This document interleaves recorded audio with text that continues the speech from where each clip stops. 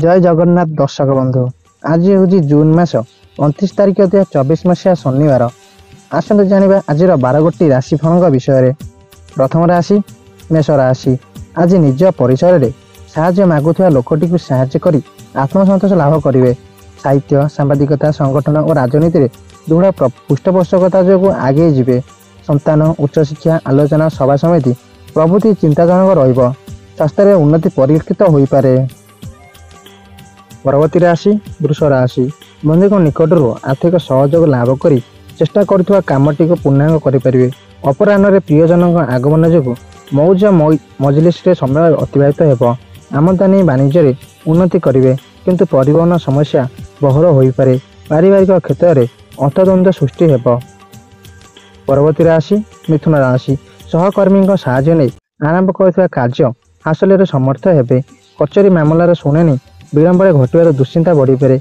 पदस्थ व्यक्ति सानिध्य लाभ करिपारंती जहाँकि परिस्थिति को सरल कर सहायक हेब। आनुष्ठानिक कार्यक्रम में सामिल हो व्यस्तता अनुभव करिपारंती। परवर्ती राशि कर्कट राशि। भूल बुझाणा कारण वृथा सन्देह जनित साधारण कथार कलह घटवर आशंका रही। असमर्थित सूत्र भूल खबर पाई सामयिक भाव में विव्रत हो पारंती। पारिवारिक जीवन में असहिष्णुता अशांतिर कारण हेब। सांस्कृतिक कार्यक्रम में अग्रणी भूमिका ग्रहण उच्च प्रशंसित हो पारंती। परवर्ती राशि सिंह राशि। भूल बुझाणु परिवार अशांतिकर परिवेश सृष्टि हो। अर्थ संकट लगी रही आवश्यक समय ताहा पाइबा कष्टकर हेब नहीं। आलोचना परिसर में गठनमूलक प्रस्ताव नहीं कर्मक्षेत्र में प्रशंसित हेबे। जो जिनटी पाइबा आशा करिसेंती ताहा सामान्य विलंब पाइबे। परवर्ती राशि कन्या राशि।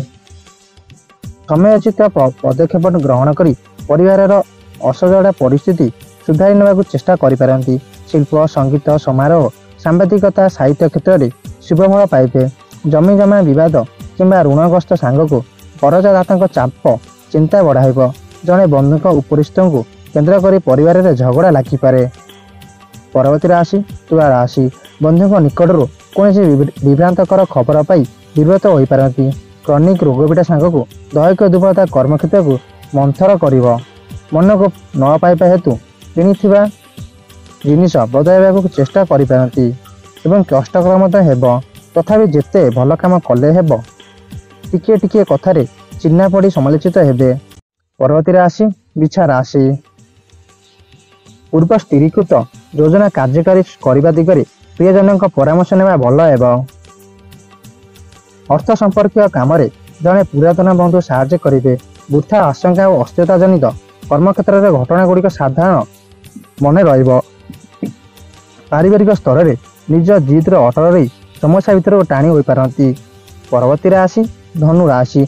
देवगुरु पृष्ठपोष में पापयुक्त अष्टमाधिप हेतु संपर्क चाहिए अनिष्ट करें नहीं। पूर्वाषाढ़ नक्षत्र कौन अभाव न थी मन भल लगे। सुजोग पाइले सद्व्यवहार करने कष्टकर हेब। स्वास्थ्य प्रति सावधानता अवलंबन करंतु। महिला काम हासिल में समर्थ हेबे।